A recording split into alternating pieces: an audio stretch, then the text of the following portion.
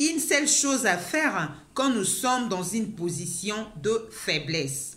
Bonjour tout le monde, pour ceux qui ne me connaissent pas, je suis Octavie Royal Kiala Mumpai. Comme je disais, une seule chose à faire quand nous sommes dans une position de faiblesse.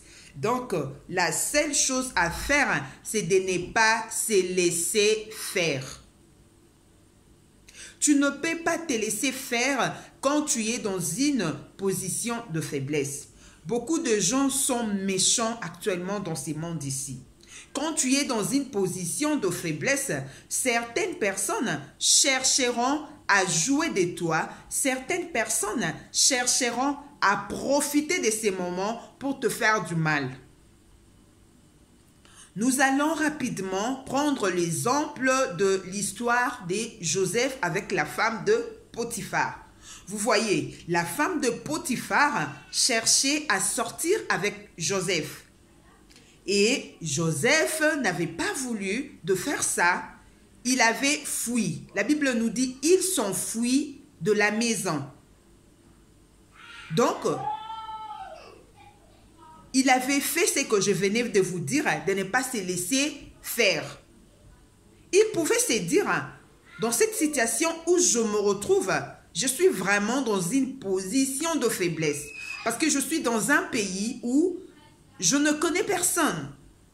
Je n'ai pas les membres de ma famille ici. Et comme elle-même, la femme de Potiphar, a voulu sortir avec moi, je veux céder, je veux faire ça, de peur qu'elle me chasse de sa maison. Non, Joseph n'avait pas fait ça, il n'avait pas cédé. Donc, il faut tenir bon. C'est ce que Joseph avait fait. Il était dans une position de faiblesse, mais il avait tenu bon. Il n'avait pas cédé. C'est ce que tu dois aussi faire quand tu es placé devant une situation où tu te retrouves que tu es dans une position de faiblesse.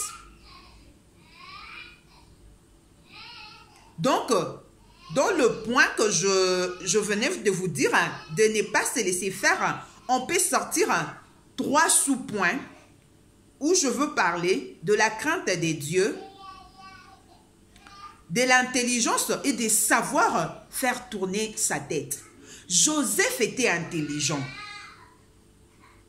Joseph avait fait tourner sa tête. Et Joseph avait la crainte de Dieu. Est-ce que toi, tu as la crainte de Dieu? Est-ce que tu sais tourner ta tête devant une situation? Est-ce que tu es intelligent? Et alors, pour avoir l'intelligence, pour avoir la crainte de Dieu, pour savoir tourner sa tête, tu as besoin de Dieu. Car je vous rappelle encore que notre Dieu fait tout et notre Dieu donne tout. Joseph était intelligent. Joseph avait dit, il avait tourné sa tête. Il s'est posé des questions en même temps. Il se disait, si je cédais de pouvoir sortir avec cette femme, je finirais mal. Si je cédais à la proposition de cette femme, je vais décevoir mon Dieu. Il avait tourné sa tête. Quand tu es dans une position de faiblesse, ne cherche pas à recevoir ou à embrasser toute la solution qui se présente devant toi. Il faut savoir tourner ta tête. Il faut te dire, si j'osais de faire ça, qu'est-ce qui viendra après? Beaucoup de gens sont dans des situations compliquées parce qu'ils n'avaient pas eu le temps de tourner leur tête devant une situation. Il faut réfléchir. C'est pourquoi les gens intelligents de foi, quand tu lui poses une question et qu'il sent que cette question est un peu compliquée, il va te dire, je te réponds après. Pourquoi? Parce qu'il va avoir le temps de réfléchir sur la chose que tu viens de lui dire ou sur la chose que tu viens de demander. La personne te dit, je te réponds après. Parce qu'elle veut avoir un moment de réflexion pour réfléchir sur cette chose et pour savoir comment elle peut te répondre. C'est comme ça. Il faut savoir tourner la tête. Joseph avait dit, je ne céderai pas. Si je cédais à sa proposition, je serai perdu. Je vais décevoir mon Dieu. Je serai vraiment un homme sans intelligence. C'est pourquoi il n'avait pas cédé. Donc, quand tu es devant une situation compliquée, quand tu es devant quelque chose que tu ne sais pas trouver la solution, ou quand tu es dans une position de faiblesse, ne cède pas. Il faut tenir bon. C'est mieux pour toi de te retrouver en prison que de céder.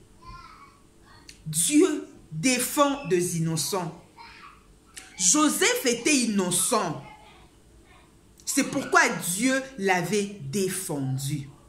Mais si Joseph avait accepté la proposition de la femme de Potiphar, Joseph allait finir sa vie en prison. Parce que cette même femme, elle était maligne. Elle allait toujours chercher que cette vérité soit connue. Elle allait compliquer la vie de Joseph. Si Joseph avait cédé, cette femme, finalement, allait créer de problèmes dans la vie de Joseph. Et Joseph allait toujours finir par aller en prison. Et Dieu allait abandonner Joseph. Parce que Dieu défend des innocents. Dieu allait dire à Joseph, pourquoi tu avais fait ça? On dit la malédiction sans cause et sans effet. Mais si Joseph avait fait ça, elle allait avoir la malédiction. Et Dieu pourrait peut-être l'abandonner en prison. Mais Dieu l'avait défendu parce qu'il était innocent, parce qu'il n'avait pas cédé, parce qu'il avait tenu bon. Tiens bon devant toute situation. Quand tu es dans une position de faiblesse, je te demande de ne pas te laisser faire. Dieu vous bénisse.